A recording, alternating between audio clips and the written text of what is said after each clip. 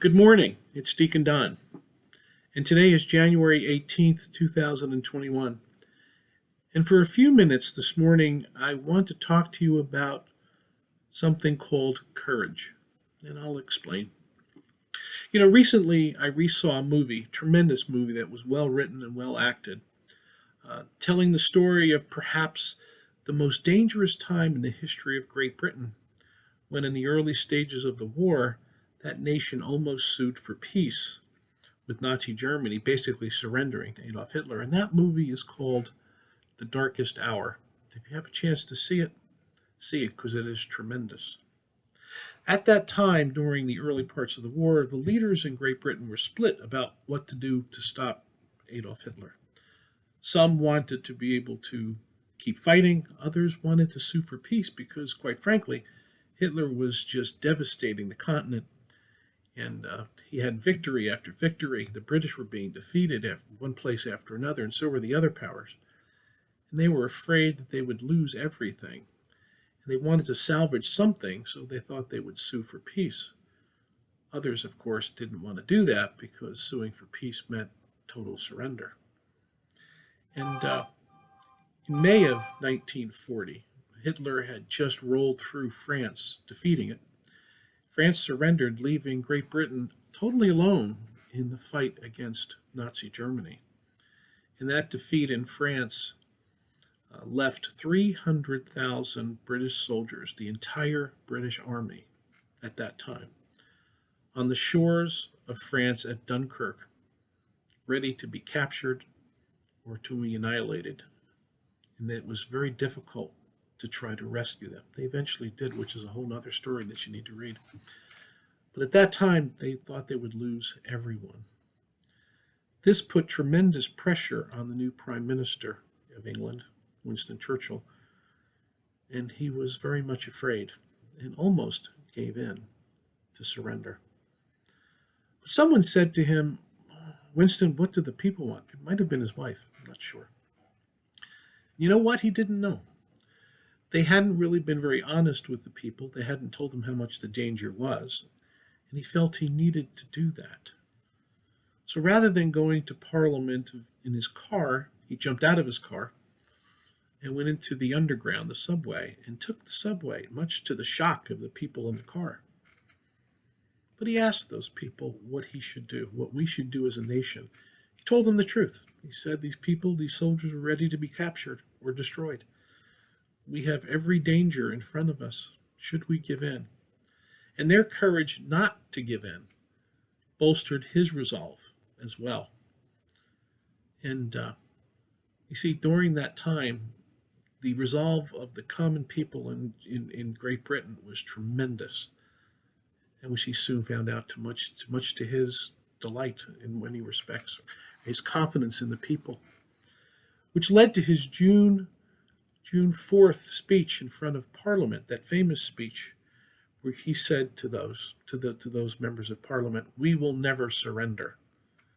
And that was a call to action to defeat Nazi Germany. It was a turning point in the war for Great Britain, a turning point for the war for Hitler too, by the way.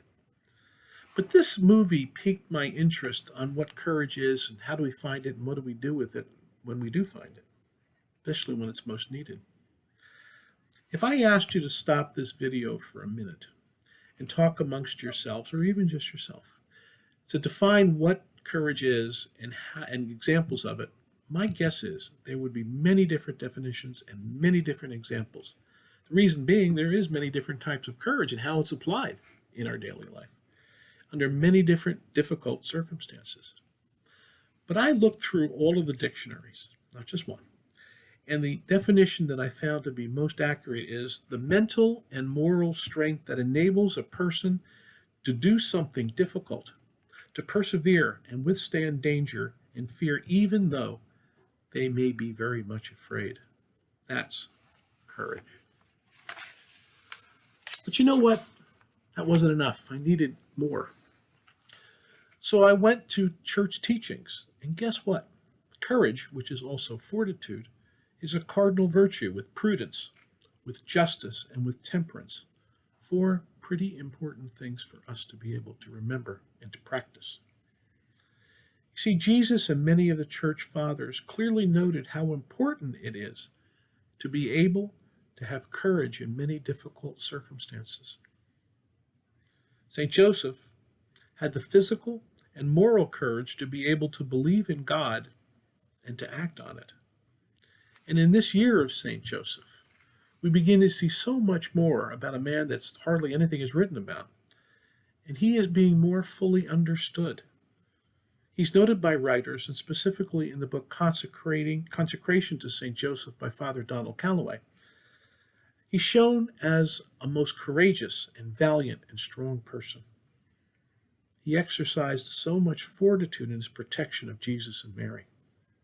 Remember, fortitude is a virtue which strengthens our human will to be able to do God's will, even during times of great suffering and fear. And in the Gospel of Matthew, chapter 14, when the disciples saw Jesus walking on the water toward them, they were afraid. And he spoke to them and he said, "Take courage, it is I. Do not be afraid."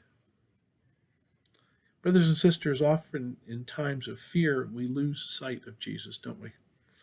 We turn in on ourselves and concentrate and focus on the cause of our fear, but rather than our goal should be to turn from the fear, from that cause, and turn toward Jesus and look for him for help.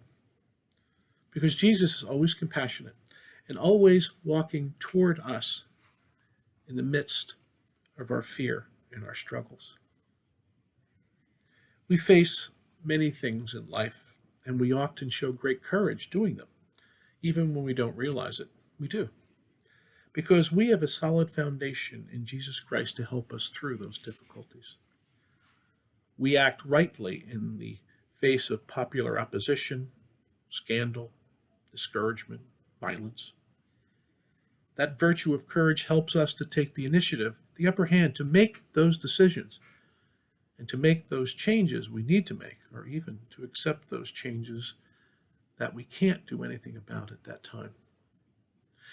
Today is the celebration of the birthday of Martin Luther King, a man who was a great example of courage and fortitude and faith in Jesus Christ, and the things he was able to accomplish because of those traits. It's a battle that never stops. It really isn't. Because we face it every day. This is what our life is about.